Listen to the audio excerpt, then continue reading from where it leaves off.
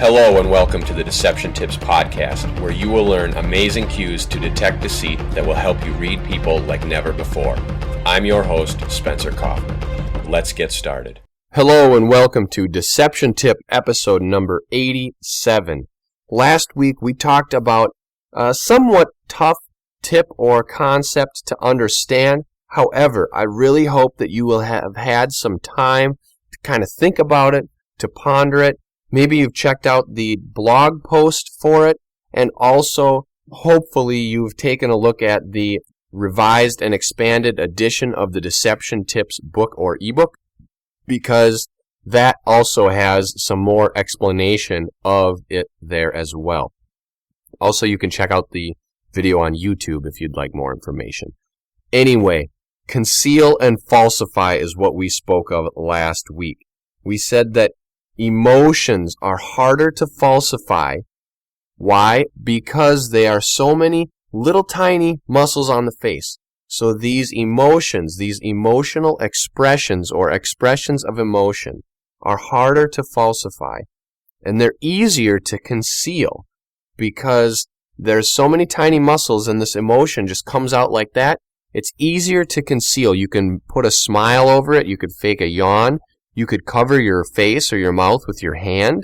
You could pretend to have something in your eye. Meanwhile, you're covering it up. There are so many things that you could do to conceal that instant micro expression. They're very difficult to falsify because most people don't even know they exist. They don't know how to read them. They don't know how to see them, etc. On the other hand, body language is harder to conceal. Why is it harder to conceal?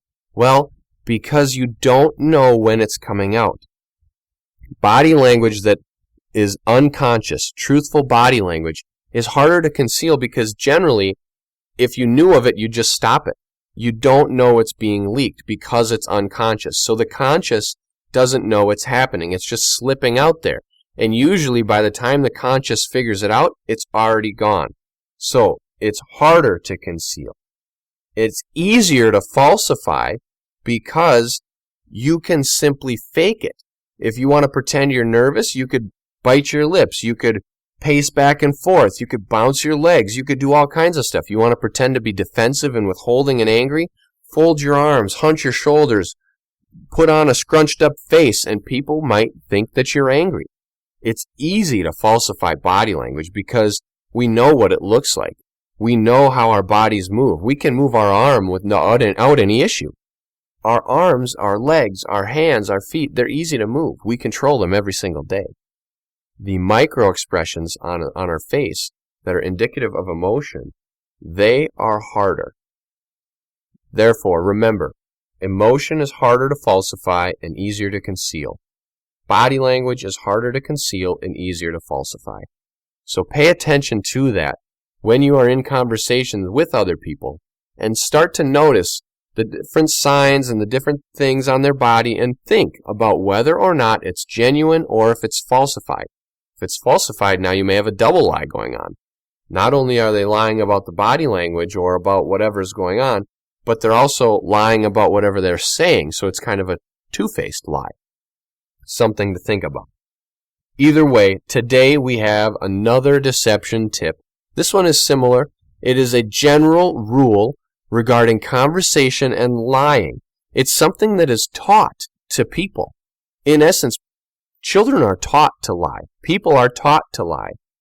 We don't necessarily automatically know how to lie. Of course, we don't need to be taught how to be bad. Kids need to be taught how to be good. Therefore, they don't have any problem lying when they're little. They may have that inherently inside of them, this evil with them. Their heart is evil beyond all things, okay? We need to be taught how to be good. So lying may come naturally. However, when little kids lie, it's very obvious. They will be caught. So, they may know how to lie. They know what lying is. They are taught to be better liars by parents and grandparents, etc., and other people in their lives. Now, if you don't believe this, take a look at some research. It's all over the place out there. They have studies with kids lying, with adults, teenagers, old people, as in the senior citizens, sorry if you are senior citizen. I don't mean to be offensive when I said old people. If you are offended by that, lighten up, really. I mean, it's not that I'm meaning to be offensive. It's a fact.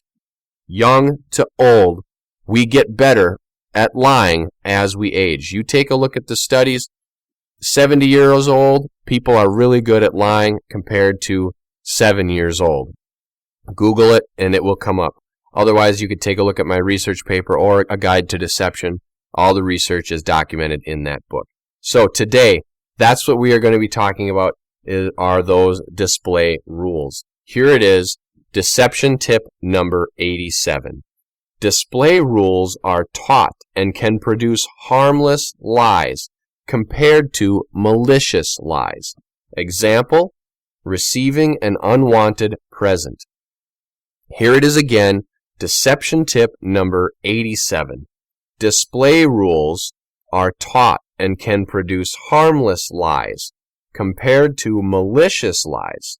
Example, receiving an unwanted present. All right, so what does this mean? Harmless lies, malicious lies. A lie is a lie. No. Yes, a lie is a lie. Some lies, though, are more harmful than others. For example, in this instance, receiving an unwanted present. So grandma knits you a nice sweater. You don't want a sweater with a bird on it. Okay? You hate it. They're hot, they're itchy, they're terrible.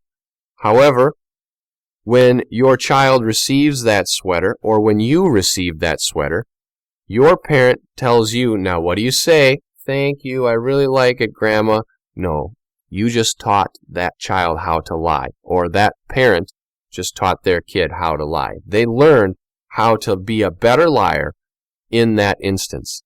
They're learning social conditioning or display rules. Harmless lies. How are you today? I'm really good, thank you. You're not good. Those types of things. They're harmless lies. Malicious lies have a consequence. Covering up murder, lying about stealing. They are the cover-ups for greater sins and greater errors.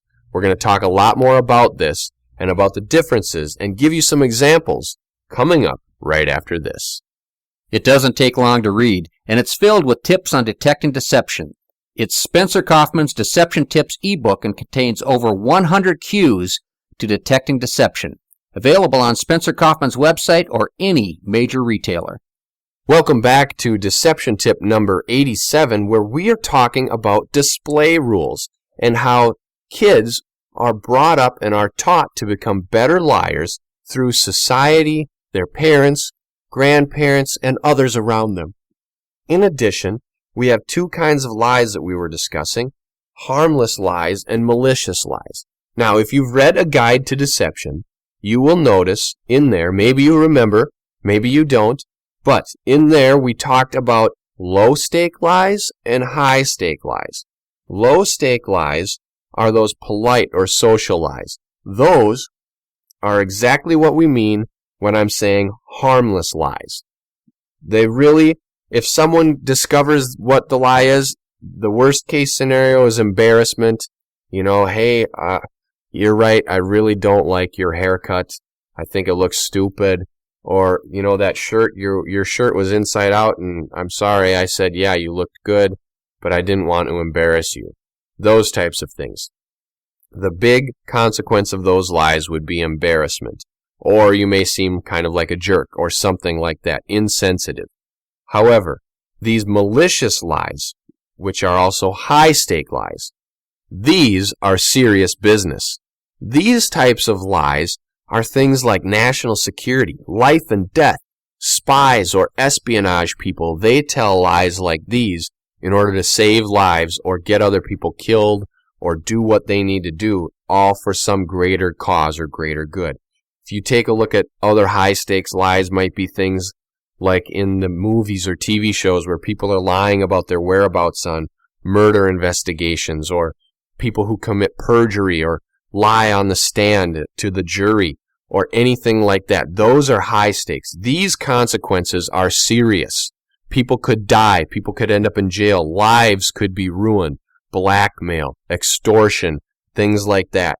High-stake lies have the potential to ruin lives.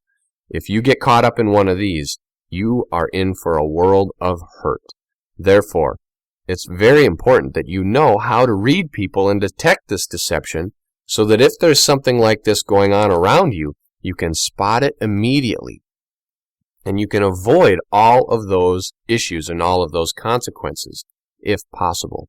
You can see them ahead of time and you can jump to the conclusion right away. You can get there a lot better. You can save yourself that heartache. Low-stake lies, social lies, polite lies, harmless lies, they are all right. Now, it's not good to lie, no. But those lies, they don't really mean anything. They don't matter. Therefore, if they don't matter and they don't mean anything, why would you tell that as a lie to begin with? Well, you shouldn't. You should not lie. You should tell the truth. But in certain circumstances, you may not think about it. You may not remember it. It's a white lie you tell yourself. Try not to. Try to be honest as much as possible, but don't be a jerk. Don't hurt people's feelings intentionally. If you know there's a little kid and they say, do you like my sweater, or did you like my dancing or my performance or my joke? And you say, no, it absolutely sucked. It was terrible. The worst joke I've ever heard. You're going to really crush that little kid. And why would you do that? That's terrible. You could say, you know what? I thought it was a good joke because you told it. But if anyone else told it, I don't think I would like it.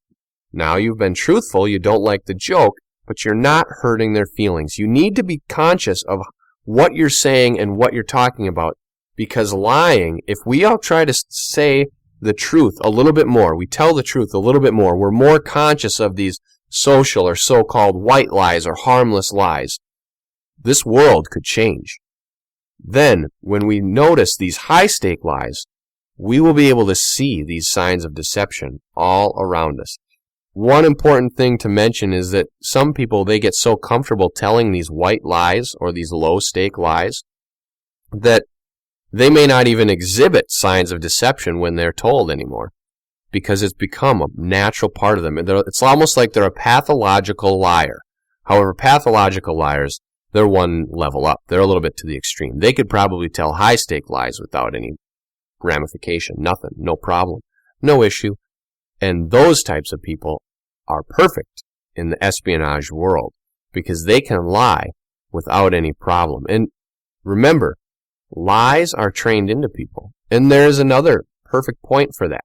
If you're in the espionage world, you've no doubt been taught how to be a better liar. Why?